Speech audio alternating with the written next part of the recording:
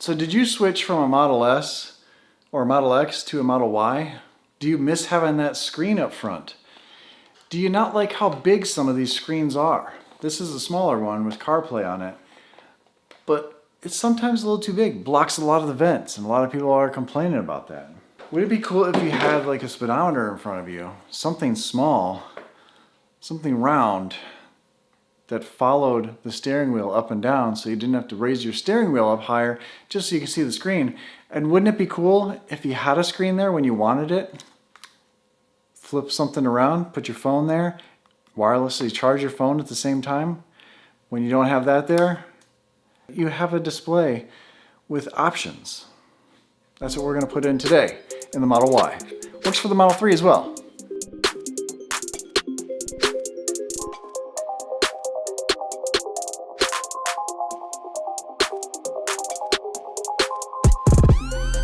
So the reason why it goes up and down with the wheel is because it attaches to the steering column.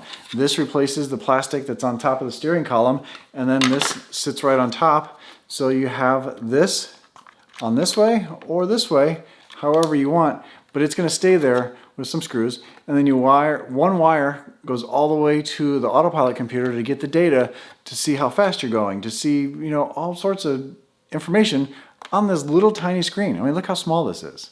I mean, people wear glasses bigger than this thing. So let's put this in today. Really, it shouldn't take a rocket surgeon to figure out how to put this in. 2 screws hold this in place, 1 plug here. So what we're gonna do is we're gonna pry this off, pull this thing up here, and then the other one just drops right down. But before we do that, we're gonna run the wire, well actually when this is off, we're gonna run the wire all the way over to the autopilot computer that's over there in the passenger well. It's the 2nd pin up. It's the hard one to get to, although thankfully for me, I've had other things hooked up to it. I'm just gonna piggyback off of those. The screen will sit right here, so it really doesn't block that much airflow from the vents. So let's get some shots of this thing. So right here, I changed the screen. I'll put my foot on the brake. This is the 3rd screen available, and if you hold down this button for 5 seconds, it'll reset. So you hold it down, keep holding. Once you see setting, you let go, and it'll reset to the original setting. This is number 1. So now you have your drive, however you want this, and then if we hold down, the 2nd one is kind of nice actually. Then now it'll just let go. And this is a white face. I'm sure it would turn to a black face, almost like a watch. And it gives you the power meter down here as far as how much battery you have left. It tells you the percentage, your speed and everything.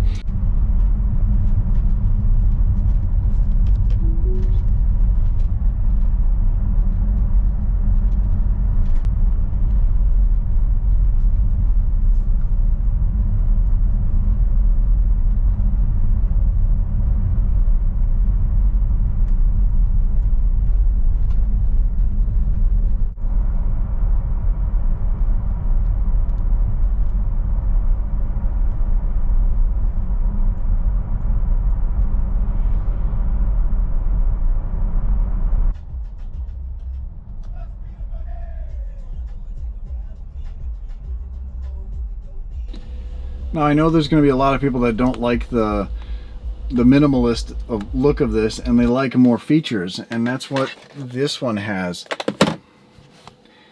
And Hansho has this screen as well that I had before. This is the CarPlay or Android Auto screen, so you can have all your apps right here in CarPlay. I just have it hooked up down here. Oh, you can actually put it over there for the passenger. That might be kind of nice. Some people don't like the fact that that blocks some of the vents.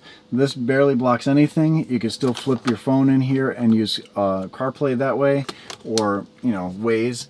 That's what I use it for. I use this for Waze. So I'm going to really play with both of these and see which one I like better. This one has a lot of functionality. It does block some of the register, but not a whole lot. This is a lot smaller than the old one, but Hansho has 2 great options for you.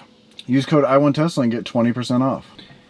Just a comparison, I still have the bracket on there, but you see the size difference here. Alright, so we're going to pry this up. No need to take the wheel off.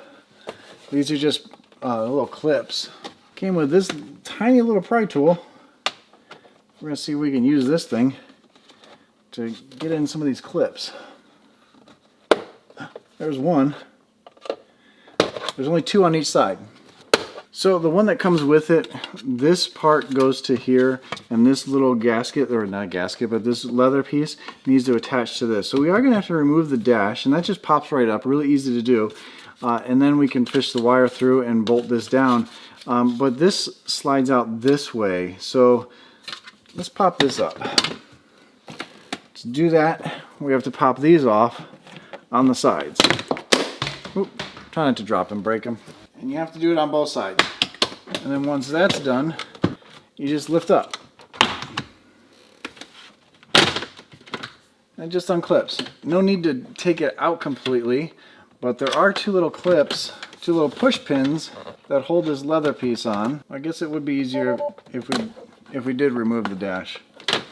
Let me remove the dash so you can see it. So this is a push pin, and right here is a push pin. We need to, again, it's easy. Well, it'll be easier once I release it. And then this piece comes off of this. So let me unhook that so I can have both hands here. And once you remove that, this rubber piece, or this leather piece comes off, and that's gonna hook right onto this one. And then up top here, we can work on getting this off. Not sure. Oh, there we go. Just need to pull out that way with it. But I'm going to clip this on, and when that's attached, we can attach this down basically the same way it was. But let's run that wire. So over here, I've taken this panel off as well. That one came off with the dash. There's a little push pin right there. You pull that off, and then you lift up from here, and this comes out. Then there's another push pin right over here, and then this carpet will fold back, and you can get to the autopilot computer. And that's where it gets a little tricky for some people, because the autopilot computer is a silver computer, or it's wrapped in or metal. It's wrapped in metal, and then the second pin up, I believe it's gray. You take that plug out, and it looks just like this one. You can't screw these up. You take that one out, you plug this one into there, and then you take the plug that was in there and you plug it here. All this is doing is taking the signal. It's jumping that signal, so allowing the information to go into this. You're not changing any of the information, you're just taking that information and using it for better, for good, for mankind, for bettering the world.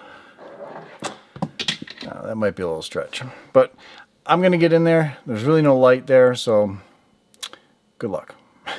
So you're following along. I've got the cord wrapped along the top underneath where the dash is, and then I screwed this one in. There's just two screws on the bottom half, and that's basically how it's gonna go. It's gonna attach to this underneath that, so the cord has to go underneath there.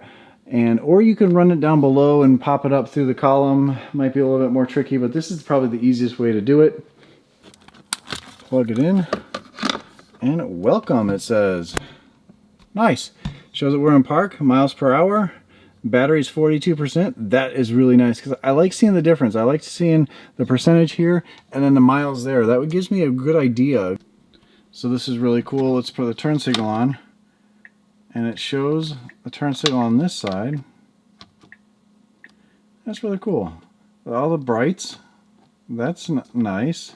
So I'm gonna get my phone here, and you see I'm trying to eat healthy. So I put this down, swing it right there, and boom, it's charging. It's at 60%.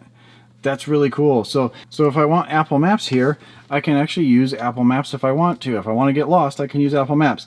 But what's really cool is I've started liking Waze a little bit. So this is kind of nice to see everything on the screen here. Doesn't look like it would shake around too much.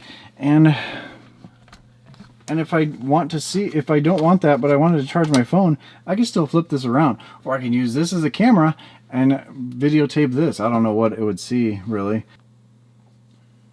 Camera. Let's record. And let's see what it sees.